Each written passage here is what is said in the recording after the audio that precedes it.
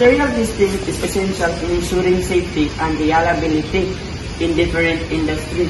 Without it, failure in structures and vehicles technology could be disastrous. That's right.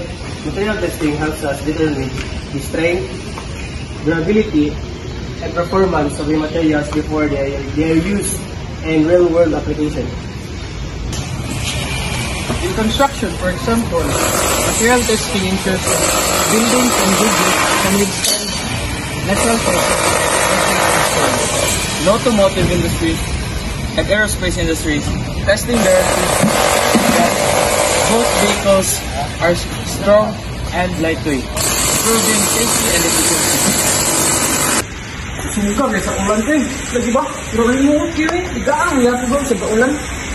Pero lang ba yato ba? Sama. Material testing is also a key part of product quality control.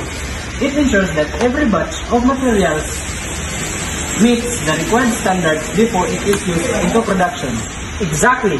By conducting rigorous testing, manufacturers can identify defects early, reducing waste, ensuring high-quality product reach in consumers.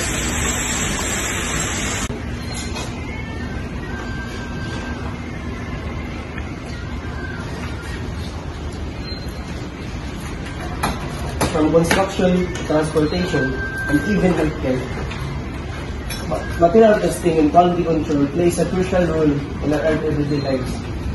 It's all about ensuring safety, durability, and performance, and maintaining high standards of product manufacturing. That's why material testing and quality control go hand in hand in shaping a better and a safer world.